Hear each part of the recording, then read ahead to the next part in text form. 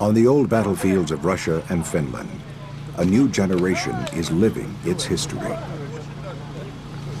Я являюсь членом военно-исторического клуба РКК Санкт-Петербург, и подобные мероприятия мы проводим регулярно.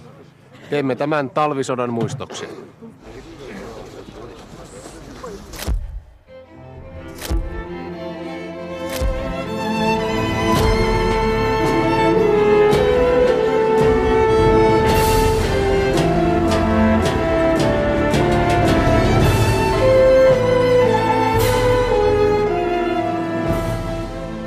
November 30th, 1939.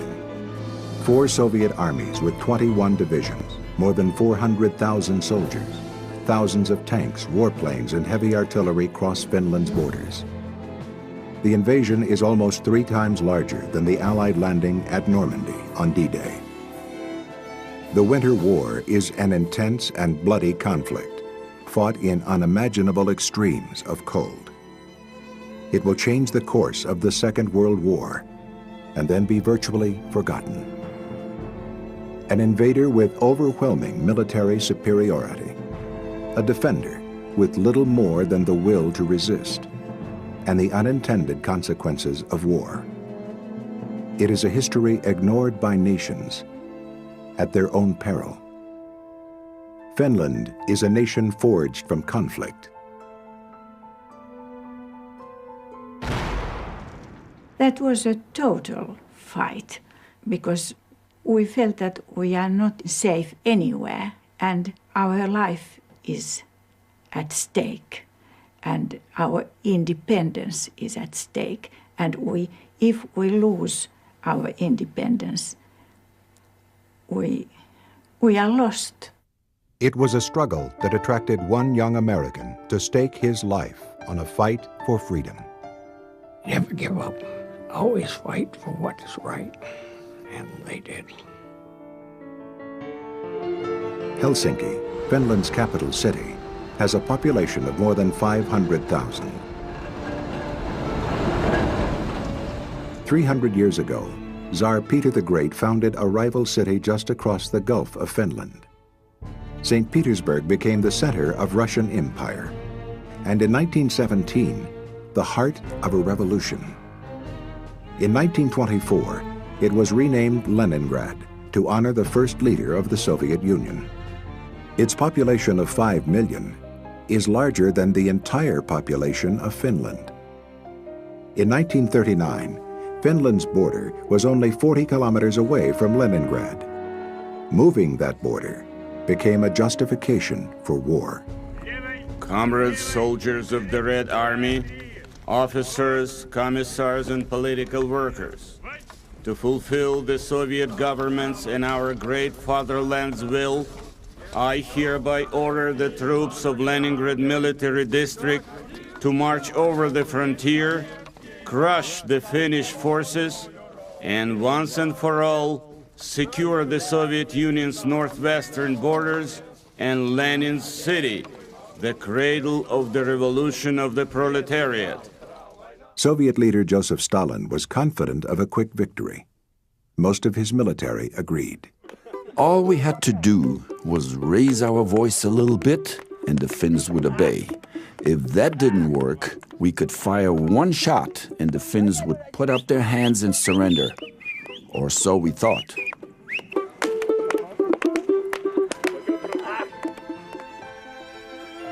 American Martha Gellhorn, one of the few international correspondents in Helsinki, witnessed the first bombers.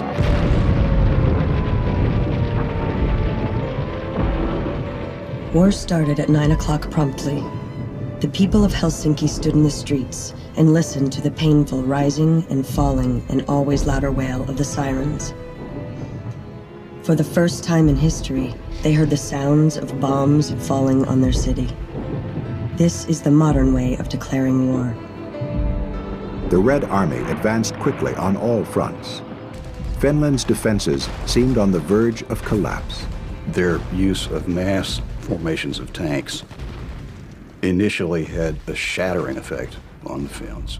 They had never confronted a tank in training, and suddenly they look up out of their trenches and there's 50 of them rolling towards them with guns blazing.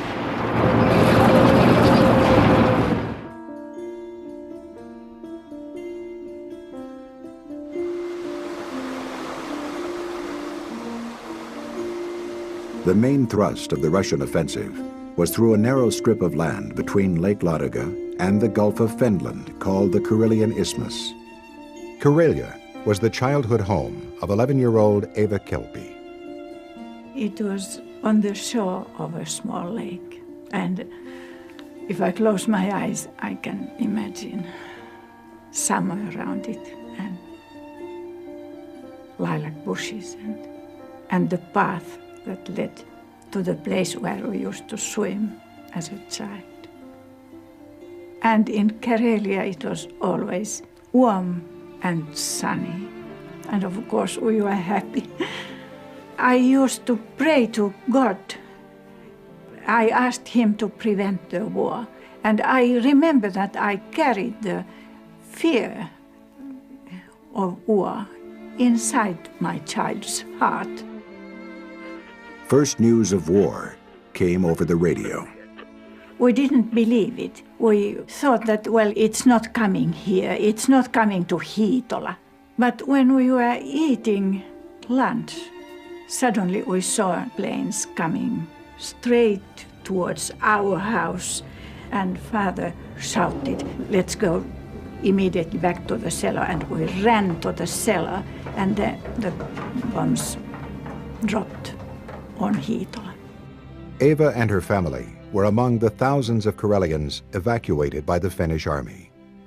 Their homes and barns were burned, food and livestock removed or destroyed to prevent their use by the enemy. We were very much afraid of being taken to Siberia. Every child knew that Siberia was a threat if we lose the fight. And that was a terrible feeling. But for Eva, the war truly came home the day her father was called away. When I woke up that morning, when Father was to leave to the front, I remember that when I opened my eyes, I saw his back bag on the table, and I knew that he was still beside me. That is such a strong memory that I almost feel that I smell his clothes and his nearness. And on the steps, on the kitchen steps, he took me in his arms and said, "Father's girl."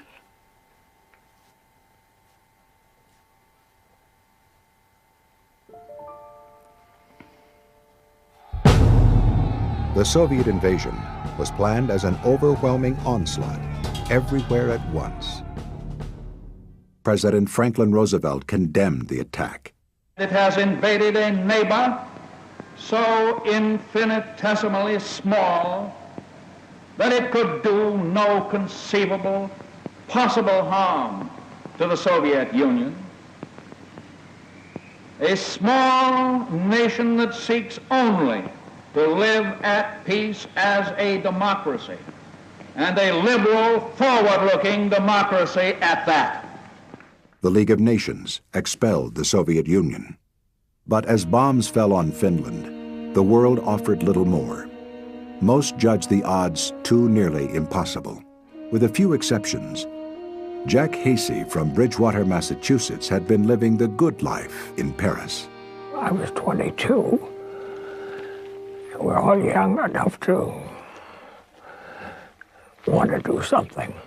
Jack and 4 American expatriate friends organized the Iroquois Ambulance Corps and made the fateful decision to ship off to Finland. The Soviets were closing the circle on events that began in 1917, when a revolution swept aside Russia's imperial dynasty.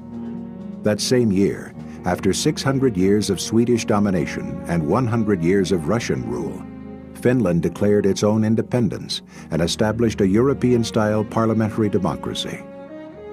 In 1918, Finnish communists, supported by the Soviet Union, attempted to overthrow that government. They were defeated in a bloody civil war that elevated a Finnish aristocrat, Baron Carl Gustav Mannerheim. A former general in Russia's Imperial Army, Mannerheim's forces, with support from Germany, crushed the communists. Mannerheim was a character out of another age. He was tall, he had eyes like gray ice. He looked every inch the field marshal, but there was something almost 18th century about him. Having served in the Tsarist army before the collapse of the Russian Empire, he also knew the Russian psyche. He was born of the Swedish-Finnish aristocracy. In fact, he did not learn how to speak or read Finnish until he became the commander-in-chief of the Finnish army. And I have heard recordings of Mannerheim's Finnish, and the best that can be said about it is that it's at least better than Winston Churchill's French, but not much. In the summer of 1939, as the threat of war grew, Mannerheim urged the nation to strengthen its defensive line across the strategic Karelian Isthmus. And this certainly was one of the factors that saved Finland, because it gave Finland's army about 4 months to get organized, settled, refresher training. Ja lähdimme silloin Kannakselle 10. päivänä lokakuuta niin kutsuttuun YH:hon ja olimme siellä. Olimme Kannaksella silloin. Junakuljetuksen aikana olin junakuljetuksen päällikkönä ja Viipurin asemalla minulle toi karjalaisnainen, vanha mummo, toi minulle kukkasen rintaan ja kiitti, että tulimme silloin Kannakselle puolustamaan heitä, jossa ei ollut vielä yhtään mitään sillä kohdalla, missä me taistelimme. Ei taisteluhautoja eikä mitään esteitä, vaan me rakensimme sinne kaivamalla taisteluhaudat ja sitten piikkelankaesteet, teimme korsut. For decades, Finland's leaders had refused to allocate funds for the nation's defense. Meillä oli 32 vanhaa Renaulta, ei enää taistelukelpoista, ja 32 Vickersvaunua Englannista, ilman tykkiä, ilman tähystyslaitteita, ilman radioita. Meillä oli 1 vaunu kunnossa. The Finnish Air Force was equally outdated and under strength. Mutta ne koneet olivat vanhoja englantilaisia Ripoon koneita, jotka lensivät 160 kilometriä tunnissa ja venäläisillä oli 370 kilometriä tunnissa kulkevat hävittäjät. A widespread shortage of ammunition made the situation more grave for the outgunned Finns. What do you do in a small country where there isn't very much ammunition? You use knives. And already in the Finnish history there has been puukko. And puukko was used for a lot of things. And now it became very handy as a defense mechanism. Because believe me, when you get that under your ribs, it doesn't feel good. In an often unforgiving climate, Finns fell back to the survival skills they learned as children. It was part of a character quality summed up in the word sisu. It means that personal kind of ability or spirit that every Finn is supposed to have, that when things go wrong, you don't give up.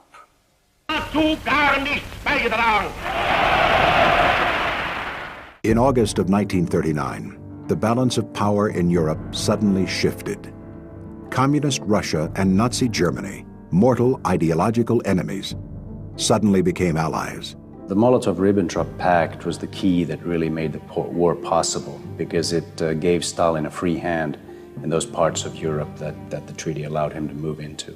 On September 1st, Germany invaded Poland from the west, utilizing a new form of warfare called blitzkrieg.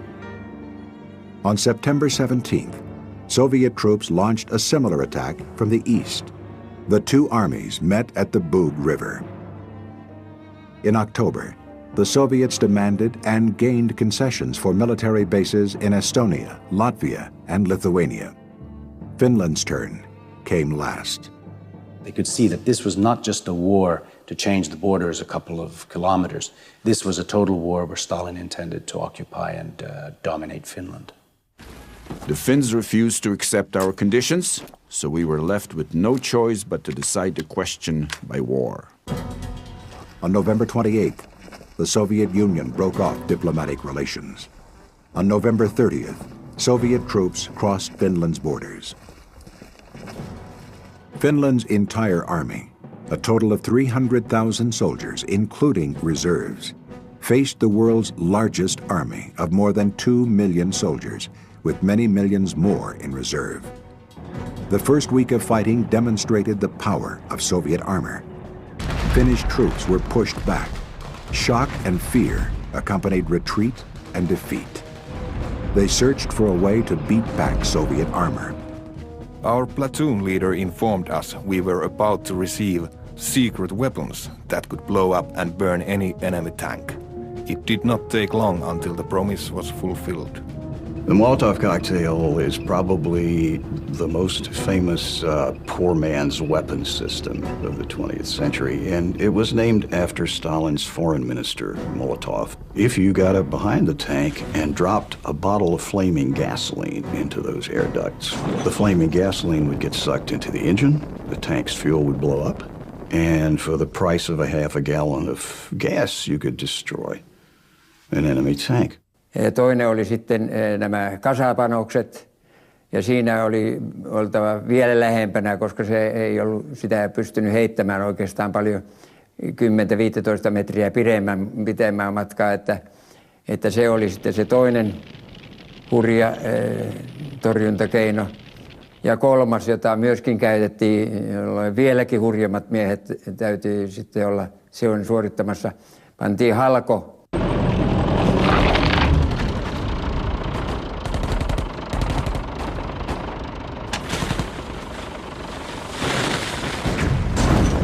There was one ski trooper who was decorated for actually immobilizing a Russian tank with a crowbar. He pried the treads off by brute force, whereupon his partner came out with a satchel charge and blew it up. I was full of fear and full of care because of father who was in the war.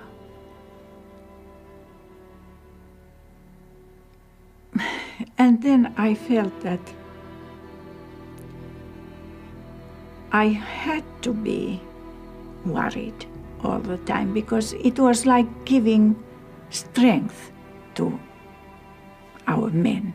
We were called home front. Women had to do all those things what the men used to do when they were at home.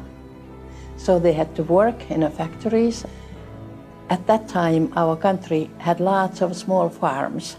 If the husband was taken to the front, the woman there had to do all the work. And as also 50,000 horses were taken to the front, which just they couldn't work there without the horses. So from many houses, the horse was taken, so the woman had to work almost as a horse also. My grandmother and I were part of the women's auxiliary, which was called Lotta Svärd, which is based on a poem during one of the wars that Finns fought. And Lotta Svärd was the name of the woman that took care of the soldiers. Lotta Svärd organized 100,000 women in defense of their homeland. The women knitted all kinds of woolen things to the soldiers, those what we call huppu, and where only eyes and the mouth possibly was seen. And then horrible gloves where there was a hole in the place of the first finger, and it was for the rifle, of course. When the women packed up boxes of food and clothing to send to the soldiers, Eva Kelpi added her own contribution. I wrote some poems. They were often like some prayers. Oh God, protect us, help us. And then I tried to rhyme them. I must have felt that there's something in the art, that there's some, maybe I'm romanticizing this now, but I must have felt in the strength of words, even at that time, as a child of 11. Then there was something which has been done in no other country or war ever. Sometimes the soldier who has been shot or the bomb has killed him, you know how he looked, but the young Lottas washed them. First of all, in a winter war, they had to be melted because they were all frozen, you know. They melted them, they washed them, they put them in a nice, beautiful clothes. And the men then put them in coffins because they were heavy. And then they were sent, all of them, each one, to their home areas. And the young Lottas did this.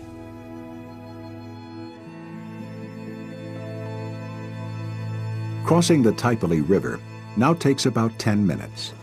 The cost is 50 rubles per car. The ferry is a section of an old Red Army pontoon bridge, powered by a recycled engine.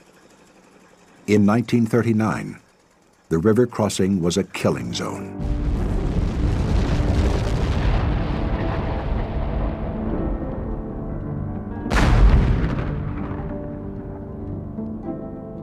This is a place where the Soviet troops get across the Taipale River and established a bridgehead. When the Soviet engineers established the pontoon bridge, the many casualties were because of Finnish fires. So this bank was full of Soviet engineers' bodies. Kirill Yakimovich is an engineer from St. Petersburg. He has crossed this river and walked this ground since childhood. He has looked beneath the surface and studied it carefully. Gradually, he learned its awful secrets. I suppose that the Soviet 105th Rifle Division occupied these dugouts. There are plenty of them here. Dugouts, foxholes, which Soviet soldiers excavated. They attacked across this open field.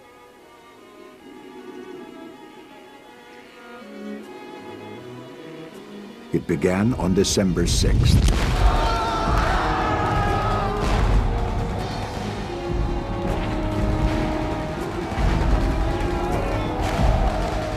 They were frontal assaults over and over and over again against the same heavily defended Finnish lines.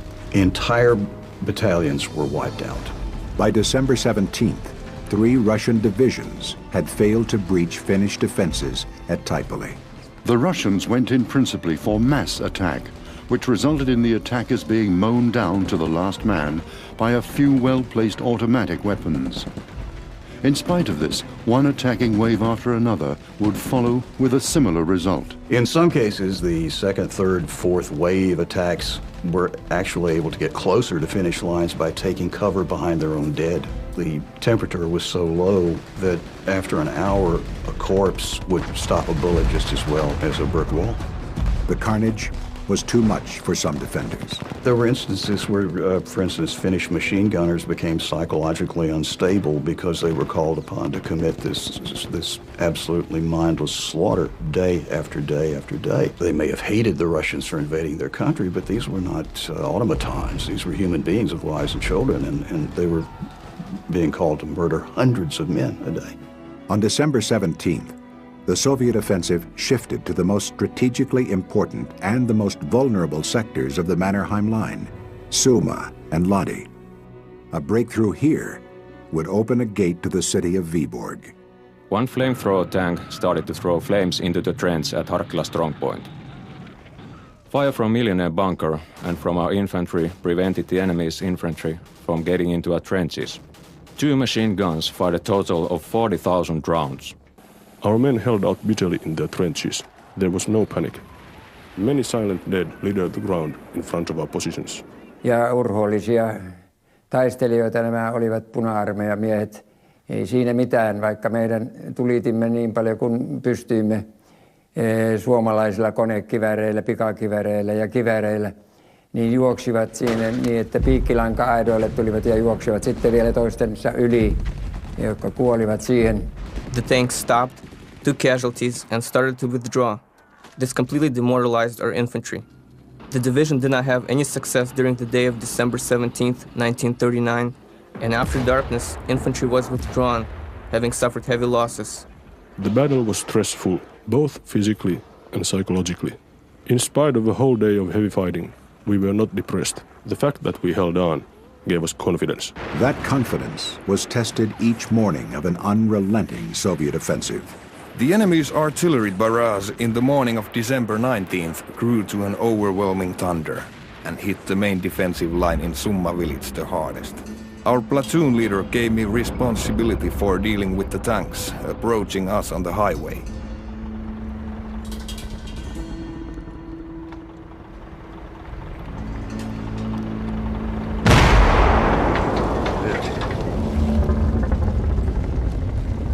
There were no signs of life inside the tank. With our small contribution to the fighting on this day, the hardest of the hardest days was over.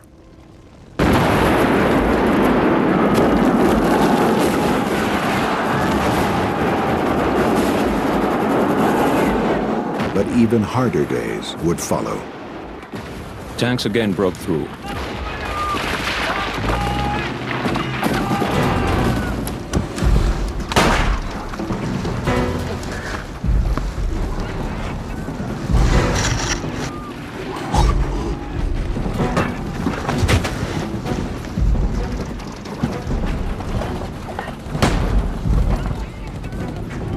In the evening, we counterattacked.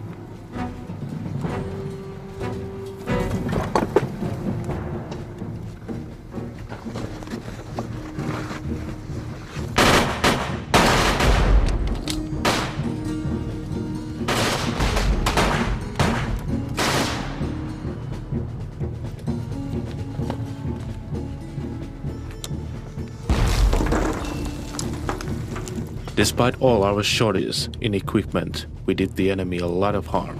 There were men in our platoon for whom the destruction of tanks was just a regular day's work.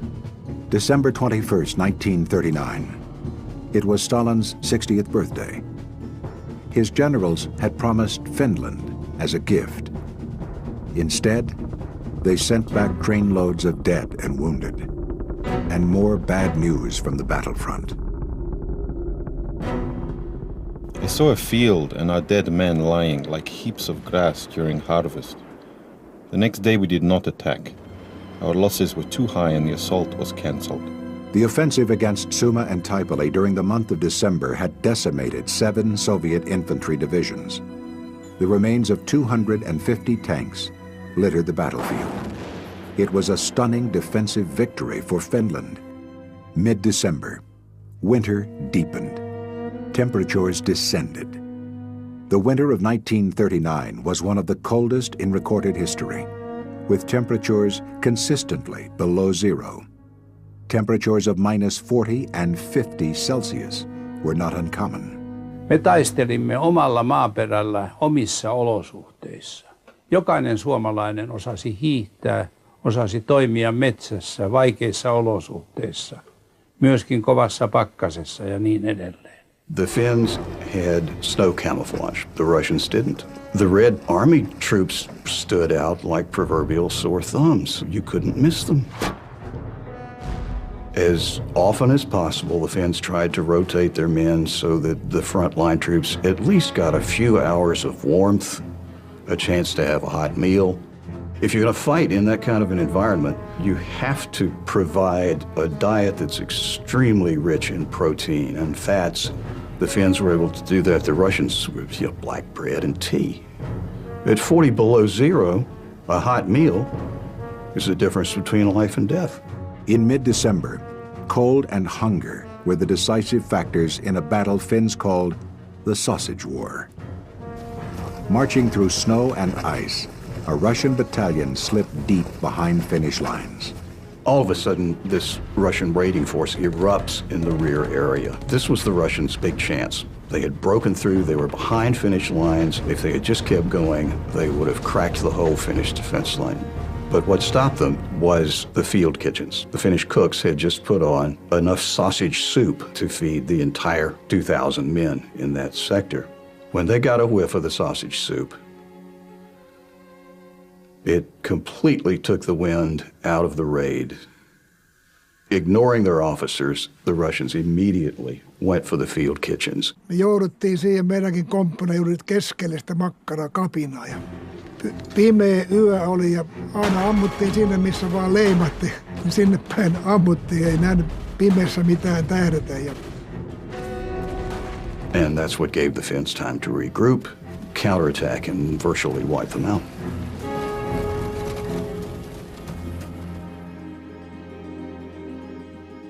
Markers in the village churchyard honor the defenders of the Battle of Suomussalmi. Memorials on the Rata Road honor another part of the story, the elite 44th Ukrainian Division. When the 44th Division crossed into Finland, they brought along a marching band and their dress uniforms. They expected a victory parade at the end of their mission. We can see all those stones, nearly 20,000 stones, and you can visualize that every stone is one man and he had had a wife and children. Then you can imagine how much sorrow it has caused.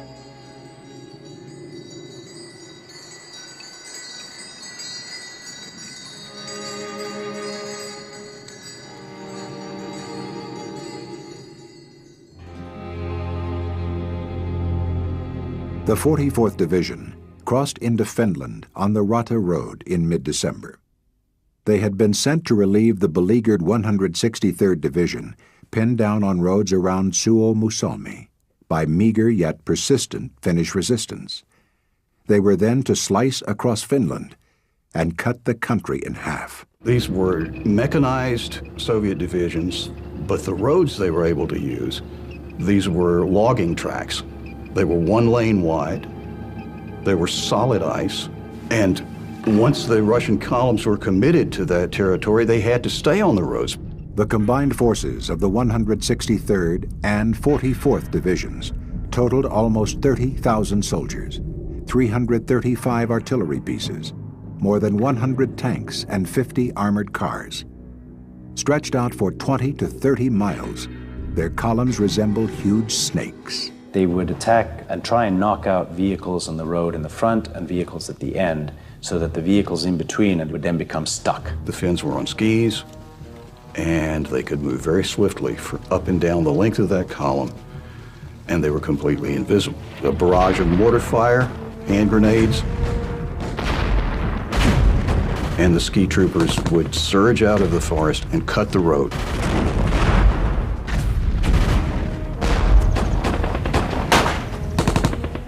And then disappear on the other side of the road.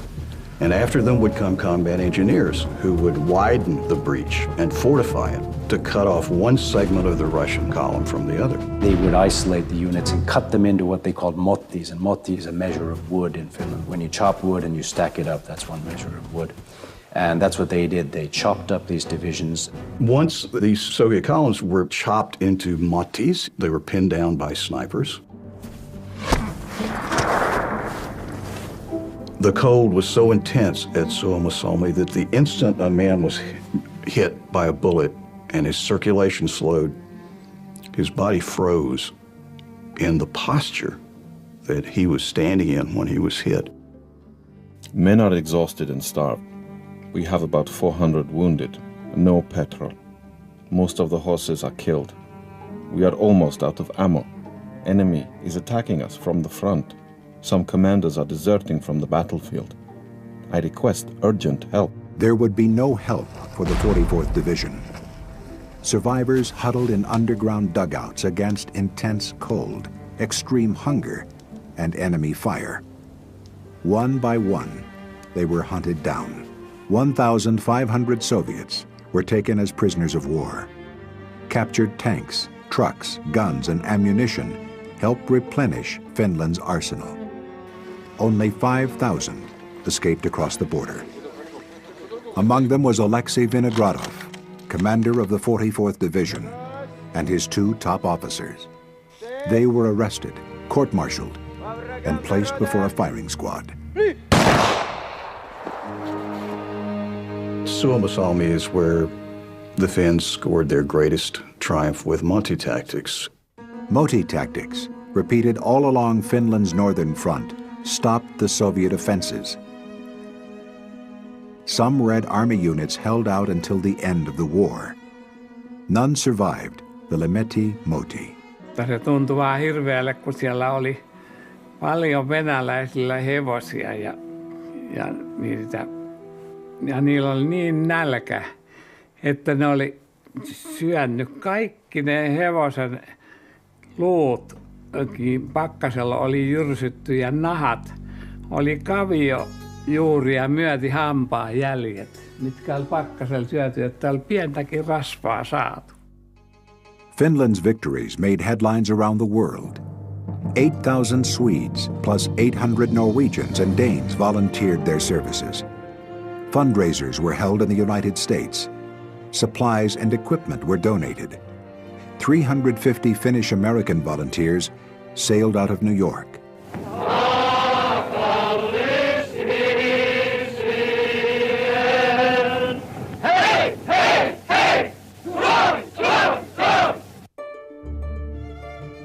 At the beginning of January, after 1 month of travel, American Jack Hasey and his Iroquois Ambulance Corps volunteers finally arrived in Finland. They were immediately sent north, deep into the forests. As he and his ambulance crew picked up the wounded and transported them to field hospitals, they were in constant danger from enemy attack and from crossfire. One day, Jack's buddy nailed a sign to a tree.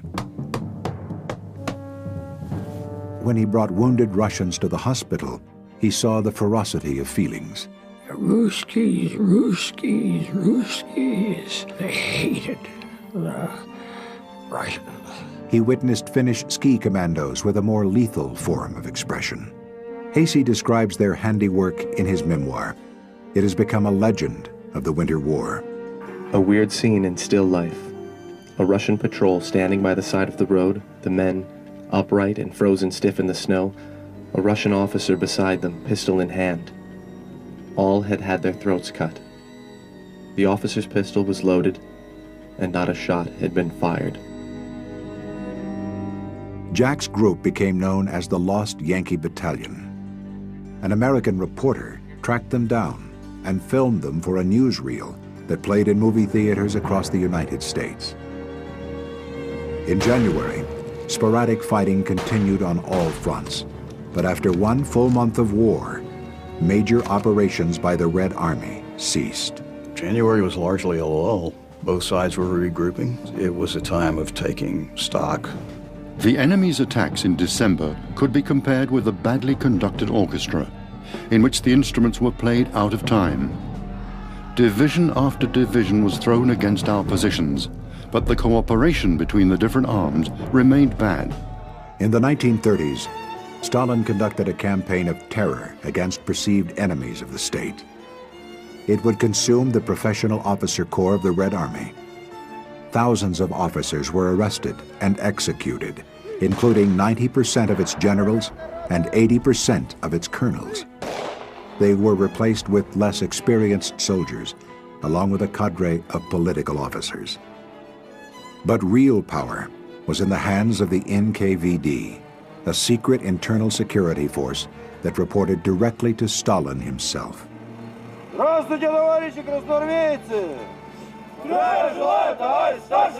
They interfered with everything, and they had the right and the authority to go in anywhere and to take very drastic measures like shooting the general, shooting anyone. Soviet state military archives document the fate of the 76th Tank Battalion, 34th Light Tank Brigade, trapped within a moti at Lemeti. In January of 1940, Battalion Commander Captain Ryazanov began to plan a breakout. But the battalion's NKVD officer opposed it. He called Ryazanov a coward. Ryazanov replied, I am in charge. I give the orders. Only 19 men of that battalion survived the war. For Stalin, this situation was desperate because he was worried about Hitler, even despite the treaty. He had to somehow knock the Finns out of the war. Stalin brings in General Timoshenko, who was one of the few really good professional Red Army soldiers who had escaped the purges. Timoshenko augmented his forces for a massive new offensive with 45 divisions, 750,000 soldiers, more than 3,000 artillery pieces, 2,000 tanks, and hundreds of fighters and bombers. And he adjusted the strategy. Now he concentrated all the forces against the key to Finland, which was in southern Finland, the Karelian Isthmus. Field Marshal Mannerheim monitored the Soviet buildup and understood the inevitable. As he committed the last of his reserves, Mannerheim drew confidence from the fundamental strength of his nation. The nation stood as one man behind their armed forces in the calm and determined knowledge that the struggle must go on.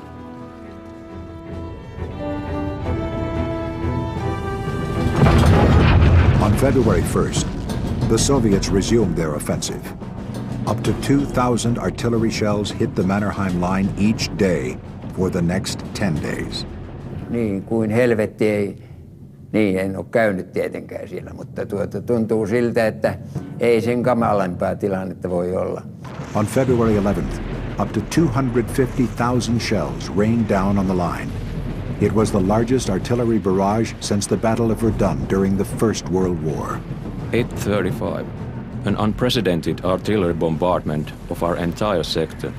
12:15. Tanks have broken through. Enemy infantry has captured part of our positions. All Finnish reserves were thrown into battle. The Red Army could not be contained. By the end of February 13th, on the third day of the offensive, the 123rd Rifle Division with attached armor units broke through the main defensive line. Suma fortified area was completely destroyed.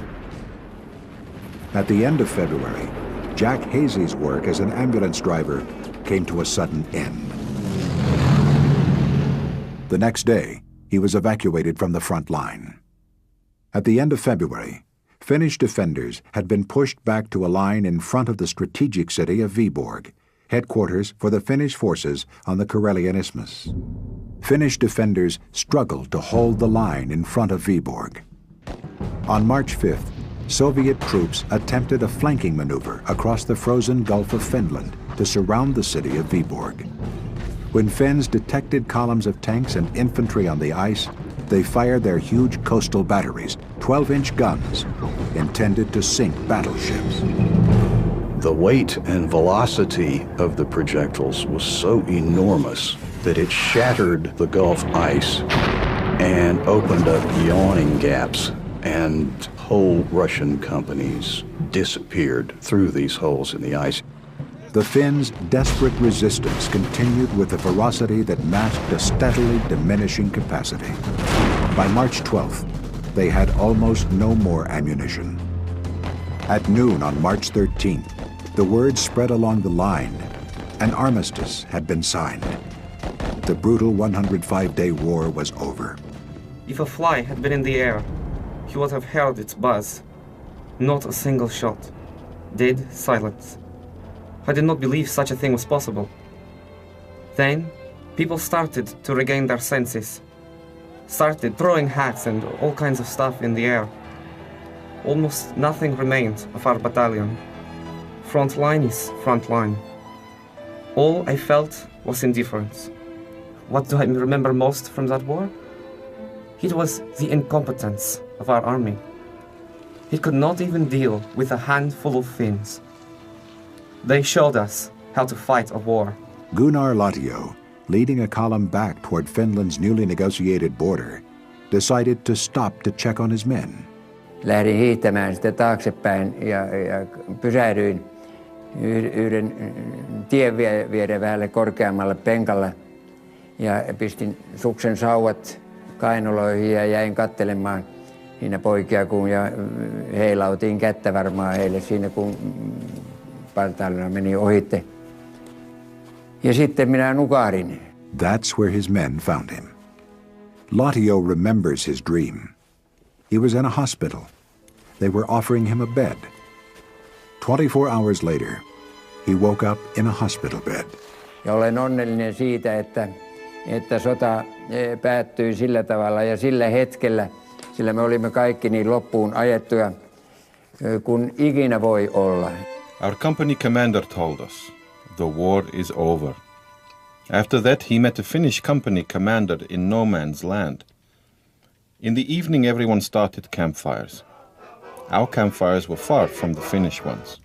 Everyone was drunk and our company commander was rebuking us. Our soldiers told him, "Who needs this war? Do Finns need this war? No one needs it, neither us nor Finns." Everyone was singing songs. I made myself warm at the fire. That was it. The war was over. Jack Hazy was on a ship in the middle of the Atlantic Ocean returning to the United States when he learned about the ceasefire. More than 6 decades later, after a career in the French Foreign Legion and the CIA, Jack Hazy was presented with Finland's highest honor, the Liberty Cross. The peace terms announced were harsh. All of Eastern Karelia, about 12% of Finland, became part of the Soviet Union. Anna Tukia was nursing wounded soldiers. Ja sitten mä oikein tuskainen nuori mies, opiskelijapoika kai oli se, ja häneltä oli amputoitu siis toinen jalka pois. Ja se siellä hyvin tuskaisena siitä se sanoi mulle, sitä varten kun minä sen jalkani sinne kannaksella jätteen, sitä ryssäsen sais, ja musta kun säilyisi meillä vapaus. Tommy Lainonen was one of thousands of Karelians who had been forced from their homes by the war. Ukki rupesi ihan ääneen itkemään. Ja me itkin ja me lähdettiin sinne. Se on 105. rauhan ehdot luettiin, jotta me karjalaiset jäädään tänne. I didn't cry when everybody else cried. I used to go into the woods and cry alone. And that I have done many times because of the loss of Karelia, the loss of home, and because of homesickness too. And that was the day when homesickness made a nest in me, and it has not disappeared. In the next few days, 422,000 Finnish Karelians refused to become Soviet citizens by leaving their homes and most of their possessions behind and crossing the new border into Finland. Refugees everywhere, families trying to cram several generations worth of precious family belongings into one wagon or one sled. We had 3 days to get our things from Hiitola, and my mother and my grandmother went to traveled to Hiitola, and my mother and father met in the middle of night under a starry sky there on the yard of the home. As winter turned to spring, Finns were left with a final unpleasant responsibility. In Suomussalmi, along 20 kilometers of the Rata Road, melting snow and ice revealed the bodies of thousands of Soviet soldiers. In spring 1940, the Finnish soldiers buried these died Russian soldiers and also horses because the summer was coming on. And it was very difficult to walk around this area in 1940 in summertime because there were a lot of flies and the smell was very bad in this area. Raino Korti was a 21-year-old soldier then, assigned to a burial detail. Se olisi tuntunut hyvin vaikealle, jos ne olisi ollut omia, eikä hän nyt olisi pantukaan sinne. Mutta kun se on vihollinen ihminen. Sitä ei kunnioiteta sitä vihollista, olkoon se elävänä tai kuolleena. Nor did Soviet leaders honor them. Only 350 bodies were sent to the Russian side because Russia won this war, and they said that only 350 soldiers died here, and they took all those bodies with them. The rest are still buried in mass graves on the Rata Road, unidentified by the nation that sent them into battle. When Nikita Khrushchev took over as leader of the Soviet Union after Stalin's death, he began a realistic accounting of Soviet casualties. He claimed as many as 1 million Soviet soldiers were lost in the 3 months of the Winter War. Since then, some historians have disputed Khrushchev's numbers. Few have challenged his conclusion the Winter War had unintended consequences. A victory at such a cost was actually a moral defeat.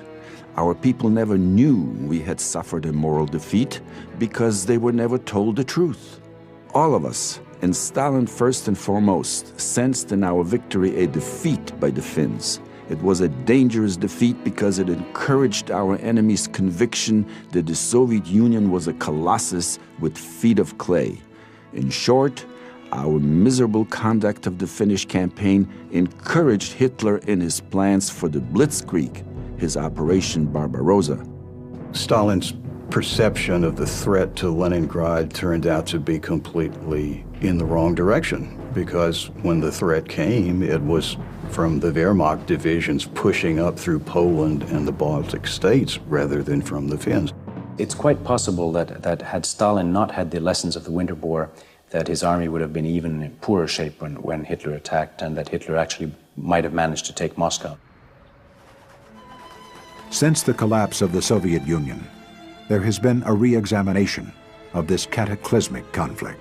It was in 1988 when the Russians said that they start the Winter War. And before that, they said that the Finns started the Winter War. Most Russian people don't know anything about Winter War. They have white pages on their history. More than 6 decades later, even after the fall of the Soviet Union, when all the occupied Baltic nations have regained their independence, Eastern Karelia and its former capital Vyborg remain part of Russia. I'm waiting for Karelia to be returned to us so that I could take my grandchildren there and show that this is my original home district. And it has belonged to the neighbor for some time, but now it's again ours. And that is what I'm waiting for. The Winter War shaped the thoughts of those who experienced it and those who have studied it. Don't rely too much on technology. Technology is important, material strength is important, but skill, how you use your equipment is even more important, and ultimately will. If you don't have the will to fight, nothing else matters. The people of Finland have shown that a united nation, small though it may be, can develop unprecedented fighting power and thus withstand the most formidable ordeals that destiny brings. By closing ranks at the moment of peril, the people of Finland earned for themselves the right to continue to live their own independent lives within the family of free peoples. Finland won. Because had Finland lost, she would have been occupied by the Soviets, and she would have been like Estonia, which actually gave way to Stalin's demands and was occupied. And so in this sense, Finland won, obviously. Nature has tried, but cannot conceal the old battlefields, the anti-tank traps, the blasted bunkers, unexploded shells, the unburied human remains. On the old battlefields, a new generation of Russians and Finns meet, not to renew a war, but to remember, reliving the past, shaping the future.